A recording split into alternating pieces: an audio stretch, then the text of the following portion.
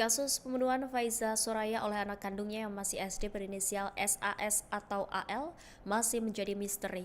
Pihak polisian kini masih melakukan pemeriksaan intensif untuk mengungkap fakta sebenarnya. Tetangga sebelah rumah korban bernama Rosa mengungkap detik-detik sebelum Faiza Soraya ditemukan tewas bersimbah darah. Rosa mengungkapkan bahwa sekitar pukul 4.30 waktu Indonesia Barat sebelum azan subuh mendengar suara orang naik turun tangga dari rumah korban. Suara tersebut begitu jelas seperti orang terburu-buru dan kejar-kejaran di atas loteng rumah. Tidak lama kemudian, Rosa kembali mendengar suara seperti meminta pertolongan dari sebelah kanan rumah tetangganya tersebut. Suara itu terdengar begitu lirih, namun hanya sekali saja terdengar. Lagi-lagi ketika ia menanyakan suara itu ke suaminya, disebut orang sedang bermain di luar rumah karena dekat dengan Jalan Raya Setiabudi Medan. Karena tidak mengira akan terjadi sesuatu, Rosa pun kemudian melanjutkan aktivitasnya. Sampai akhirnya sekitar pukul 6 pagi, Rosa menerima telepon dari tetangga sebelah kiri rumahnya bernama Tati. Tati pun menelepon memberi kabar jika tetangga sebelah kanan Rosa bernama Faiza Soraya telah tewas bersimbah darah.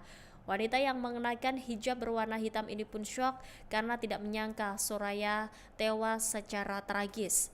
Rosa masih tak menyangka tetangganya tewas begitu tragis, terlebih jika pelaku pembunuhan Faiza adalah anak keduanya yang masih duduk di kelas 6 SD.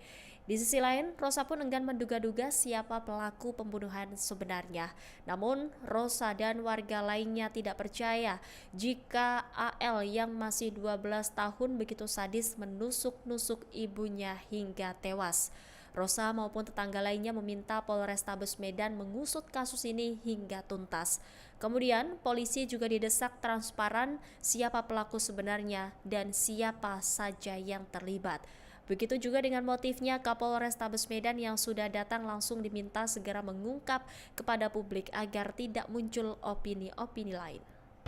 Kalau komunikasi ibu sama Bu Soraya ini bagaimana keseharian gitu? Enggak ada. Kita enggak ada itu ya seharian ketemu sama kayak kita gini ngobrol kan enggak ada. Iya. Oh, enggak ada. Orangnya tertutup. Tapi mohon kalau Nah, ya kan orangnya tertutup banget ya. Enggak pas informasi. Jadi cuman sedikit karena aku tetangga udah kayak adikku.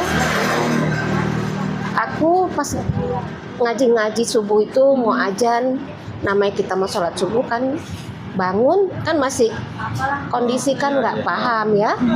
Nah sesudah itu aku memang kurang sehat, agak flu.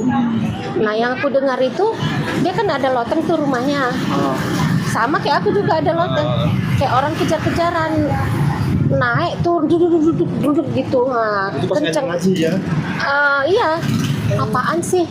Saya tanya suami, itu apa sih di atas? Kucing kali sama tikus biasa kan? Nah abis itu sepi, nggak ada dengar suara lagi. Nah aku keluar lagi mau di ruang makan, maksud aku kan mau ambil anduk gitu kan atau apa gitu. Nah aku dengar lagi suara, tolong, kayak orang udah habis disiksa gitu.